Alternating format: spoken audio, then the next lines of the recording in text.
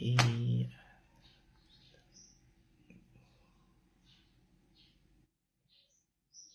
Yan, God's morning mga kapatid. Isang ako na naman po tayo ulit sa ating daily devotion ngayong araw ng Lunes, March 31, 2025. At sa ating paksa ngayon ay pag-usapan natin ang talata mula sa Philippians 2 verse 13 at ito ay pinamagatan nating A Life of Godly Action. At ngayon sa ating pagpapatuloy, tayo po ay muli sasamahan ng aking partner para sa atin ito. God's morning mga kapatid, sabi nga po sa mga taga-Pilipos 2:13, sapagkat ang Diyos ang kumikilos sa inyo upang inyong naisin at isagawa ang kanyang kalooban. Tayo po ay manalangin. Panginoon naming Ama, maraming salamat po sa panibagong araw na ipinagkaloob mo sa amin. Panginoon, maraming salamat po sa pahinga na ipinagkaloob mo sa amin kahapon, sa church day kahapon. Maraming salamat po sa iyong mga mensahe, ganun na aming babaunin sa aming gagawin ngayong week na ito. Ganun din po, Panginoon, sa mensahe nyo ngayong araw. Bigyan niyo po kami ng knowledge at wisdom, Panginoon, upang maunawaan ang lahat ng ito. Maraming salamat po, Panginoon, sa patuloy na pagmamahal na ipinagkakaloob mo sa amin. At sa mga kasama po namin na mga may sakit ngayon, Panginoon, na nakakarinig ng iyong mga salita, kagalingan po ang aming hiling sa bawat isa sa kanila. Nawa, Panginoon, ang kanilang katawan ay lumakas at magamit sa iyong sambahan, Panginoon. Maraming salamat po, Panginoon, sa patuloy na blessings at kalakasan na katawan na ipinagkakaloob mo sa bawat isa. Ang panalangin po namin ito ay aming tinataas sa inyong pangalan ng inyong anak na si Jesus. Amen. Amen. Okay, siguro simulan natin sa pagbati ng kaarawan. Happy birthday, Pastor Eds Rona, at siyempre sa ating kay brother Jared, Di Juan, happy blessed birthday sa dyan sa Australia. Tayo po ay magpatuloy na sa ating talata at ngayon ay marami na tayong kasama, si Ate Cindy, Ate Carmeline, at si Nay Winnie, ngayong umagang ito.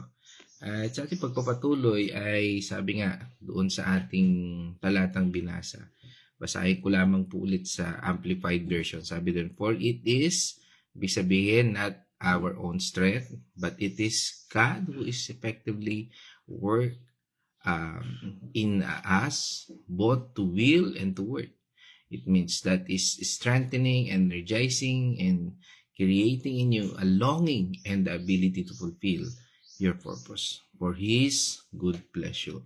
Doon sa talatang ito, sabi nga ay maaring sa gitna ng ating mga pagsisikap na mabuhay ng isang buhay na maayos, kasiyasiya, maganda, madalas nating nakakalimutan na hindi tayo nag-iisa.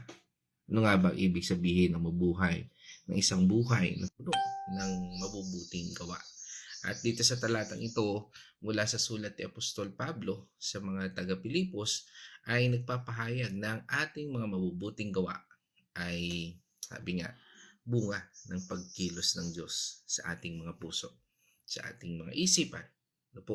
At dito sa ating talakayan ay makikita po natin una ang Diyos ang pinagmulan ng lahat ng mabuti. Sabi nga, ang kalikasan ng Diyos ay ang mabuti. Sabi nga, at ang kaaway nito ay ang kabaligtaran ay ang kasamaan. At dito sa talatang ito ay nagpapaalala sa atin na hindi natin kaya na mamuhay sa ating sarili na magkaroon ng mabubuting hangarin o gawain nang wala o hindi sa kalooban natin Panginoon Diyos. Maaaring magagawa natin ang mga bagay na yan, subalit hindi natin, sabi nga ay hindi natin nakikita for what purpose, ano ba talaga. At kung ito ay nakikita natin ang pagkilos ng ating Panginoon Diyos, doon natin nakikita ang mga purpose at naiintindihan natin ang bawat layunin ng pagkilos natin at mga gawa sa ating buhay. Mga kapatid, ang ating Panginoon Diyos ang nagbibigay ng kapangyarihan at pagnanais na sundin natin ating Panginoon Diyos. Sabi nga sa atin ng Philippians 4:13, 4 verse 1, 3. I can do things.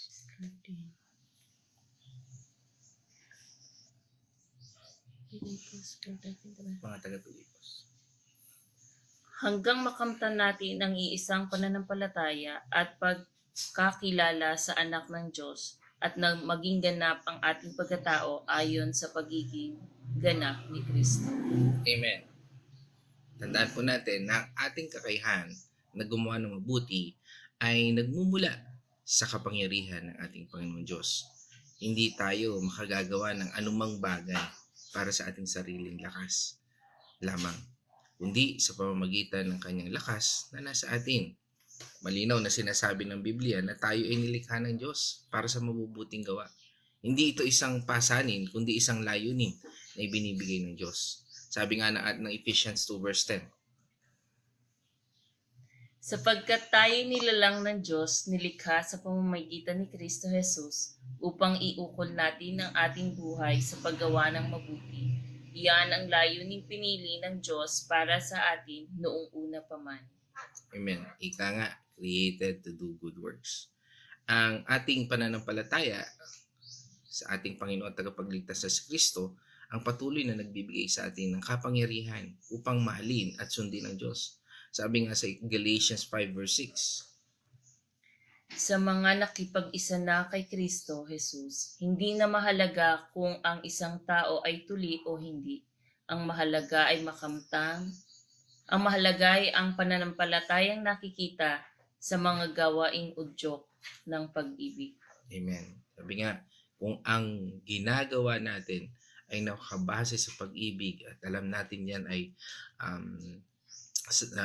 pinagmumulan ng ating Panginoon Diyos, yan ang basihan. Ito ay isang proseso na nagsisimula sa pananampalataya at humahantong sa pag-ibig at pagsunod natin sa Kanya. Mga kapatid, ito ay nagbibigay diin na ang Diyos ang pinagmula ng lakas at kakayahan natin na magbunga ng mabuti. Sabi nga sa atin ng John 15 verse 5, Ako nga ang puno ng ubas at kayo ang mga sanga. Ang nananatili sa akin at ako sa kanya ay siyang nagbubunga ng sagana, sapagkat wala kayong magagawa kung kayo'y hiwalay sa akin. Amen. Ipinakilala dito ng ating Panginoong Kristo ang pagkakaroon natin ng koneksyon sa Kanya. At dito, ipinakikilala rin na ang lahat ng bunga nito, ang bunga ng Espiritu, na lagi natin nababasa mula sa Galatians 5 verse 22 hanggang 23, ang siyang nagbibigay sa atin ng bungang ito, ang bunga ng Espiritu ng Panginoon Diyos. Kapag nananatili tayo sa Kanya, nakakatanggap tayo ng Kanyang kapangyarihan upang magbunga ng mabuti. Ang anumang pagsubok sa ating buhay, tandaan natin, ang Diyos ang siyang nagbibigay ng lakas upang mapagtagumpayan natin ang anumang tukso. At sa anumang tukso na ito na lagi natin pinaglalabanan, lagi natin tandaan na kasama natin ng Panginoon Diyos. Siya ang magbibigay sa atin ng tagumpay. Sabi nga sa atin sa 1 Corinthians 10 verse 13. Teka, baby. Wala nang pagsubok na dumating sa inyo na hindi nararanasan ng lahat ng tao. Dapat ang Diyos at hindi niya ipahintulot na kayo'y subukin ng higit sa inyong makakaya. Sa halip pagdating ng pagsubok, bibigyan niya kayo ng lakas upang mapagtagumpayan iyon. Amen. Sabi nga po, kapag tayo ay nakakaramdam ng kahinaan, ang Diyos ay siyang nagbibigay sa atin ng paraan upang tayo po ay magkaroon at ng kaligtasan o upang tayo ay maligtas. Ang anumang mabubuting gawa ay bunga ng ating pananampalataya. Ang ating pananampalataya sa ating Panginoong Kristo ang patuloy na nagbibigay daan sa ating mga puso na makaramdam at magnais na sundin ang kalooban ng ating Panginoon Diyos. Maari natin itong isang alintulad sa isang kadiliman o ang ilaw at ang dilim. Sabi nga, ang pananampalataya kay Kristo ay patuloy na nagbibigay sa atin ng liwanag sa gitna ng kadiliman. Kapag tayo ay may liwanag, mas madali nating makita ang tamang landas, ang pananampalataya kay Kristo ay siyang nagbibigay sa atin ng liwanag at nagtuturo sa atin saan mang kanyang kalooban. Sabi nga, nararamdaman natin kung anong kalooban ng Panginoon Diyos kapag tayo patuloy na nananampalataya. Sabi nga, in the absence of light, nagkakaroon ng dilim. At kung tayo ay mawawala kay Kristo, mararanasan natin ang mga bagay, ang kadiliman sa ating buhay. Maaring yan ay lungkot, sakit, o anumang sirkumstansya. Maaari tayong dumaan sa mga bagay na yan. At hindi yan sabi nga, we are not exempted sa mga bagay na yan. Pero kung tayo ay nananalig at patuloy na kumakapit kay Kristo, magkakaroon po tayo ng lakas. Ang Diyos ay kikilos sa atin. At sa ating talata ngayon, ito pinagpapahiwatig na ang Diyos ay aktibo sa ating buhay. Hindi po siya malayo o masasabi nating passive o pasibo sa ating passive na ating Panginoon Diyos. Magkakaroon po tayo. Siya po ay patuloy na kumikilos, gumagana sa atin upang tayo ay magkaroon ng mabuting hangarin at gawa. Sabi nga, kaya natin nagagawa ang kabutihan dahil sa pagkilos ng ating Panginoon Diyos sa ating buhay. Mga kapatid, ang lahat ng mabuting gawa ay nagagawa natin o ginagawa natin ay nagmumula sa ating Panginoon Diyos. Sabi nga sa atin ng 1 Corinthians 12 verse 6.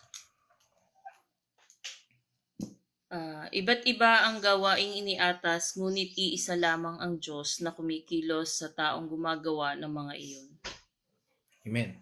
Iba-iba man ang atas sa atin, may iba-iba man tayong misyon, may iba-iba man tayong layunin. Siya ang nagbibigay ng mga kaloob at kakayahan. Ibig sabihin, ang ating Panginoon Diyos na kailangan natin upang maglingkod tayo sa Kanya. Lahat ng ito ay para sa Kanya. Lahat ng ating kakayahan, ating ginagamit ay for all the glory ng ating Panginoon.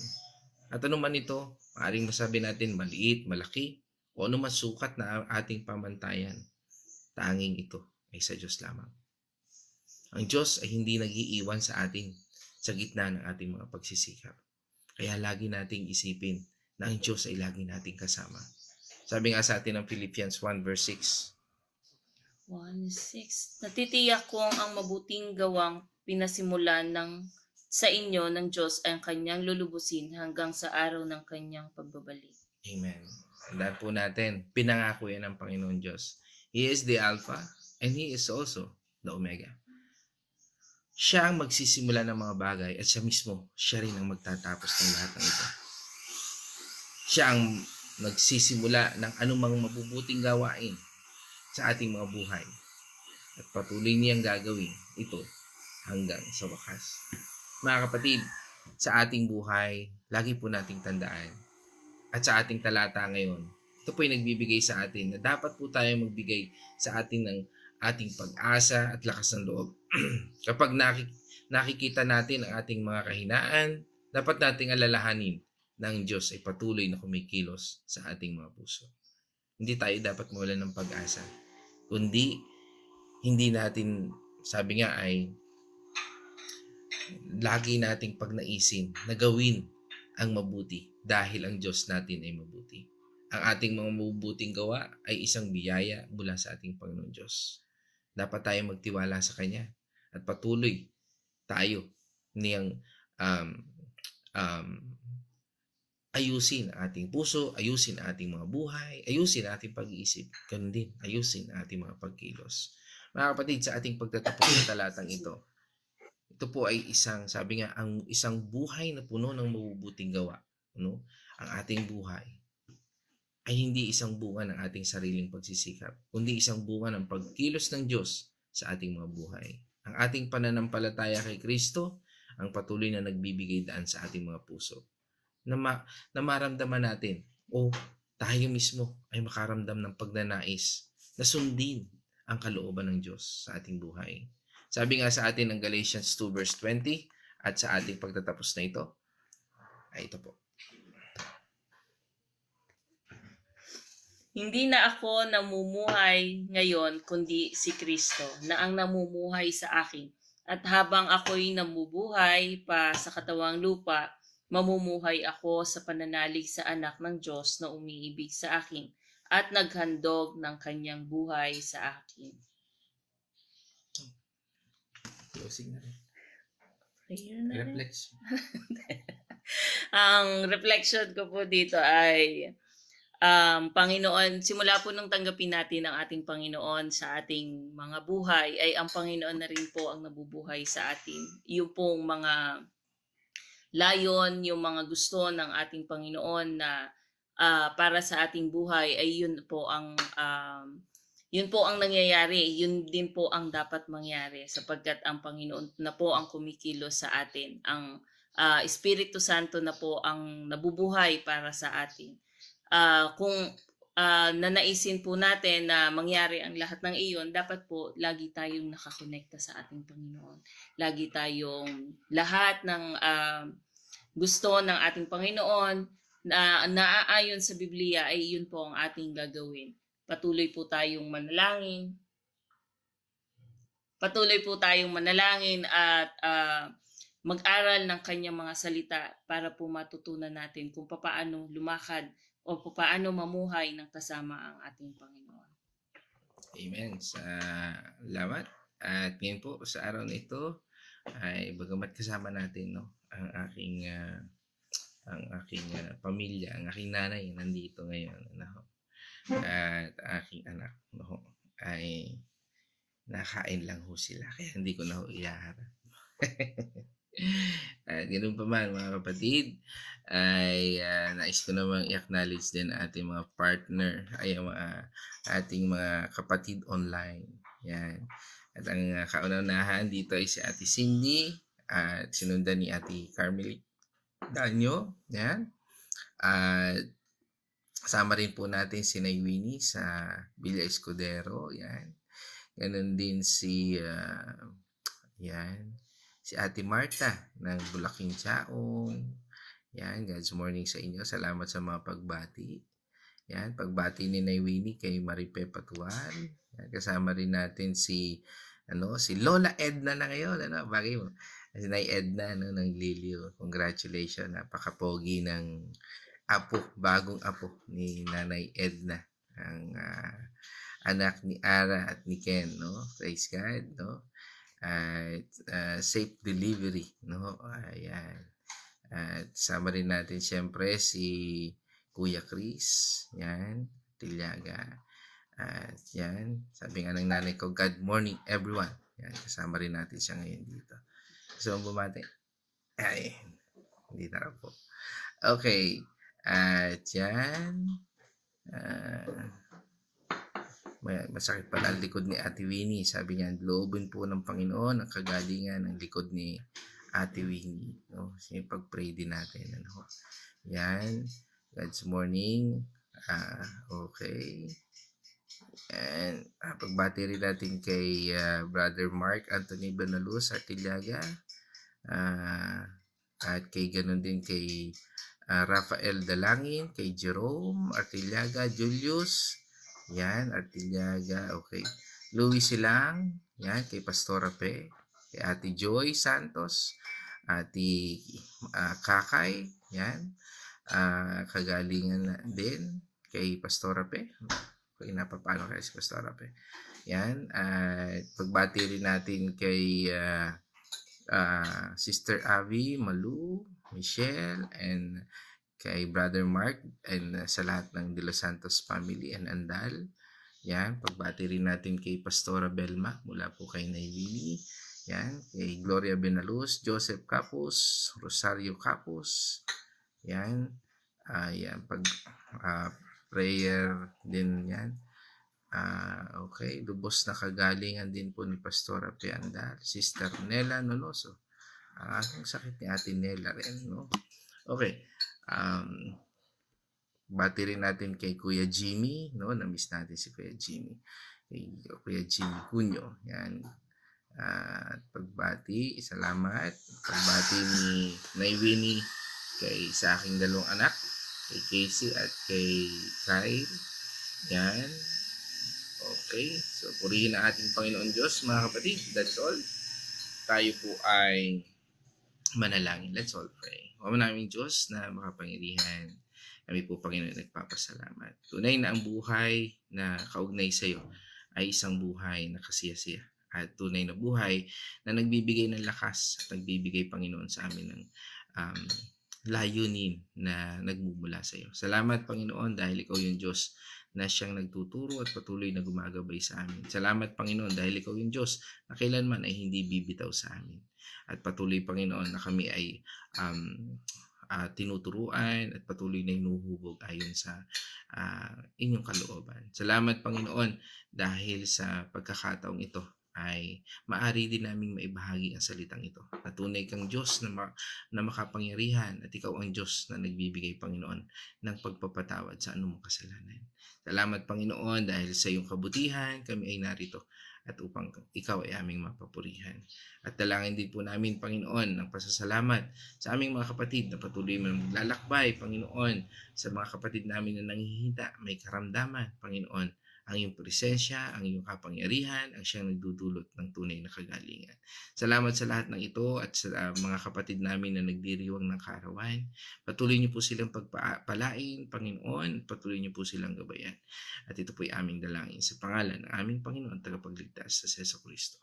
Amen and amen. Mga kapatid, let us shout the shout of victory. Christ is dying. Christ is died. Christ is risen. Christ is risen. Christ will come again. Christ will come again. And together we we are for Christ. God's morning, everyone.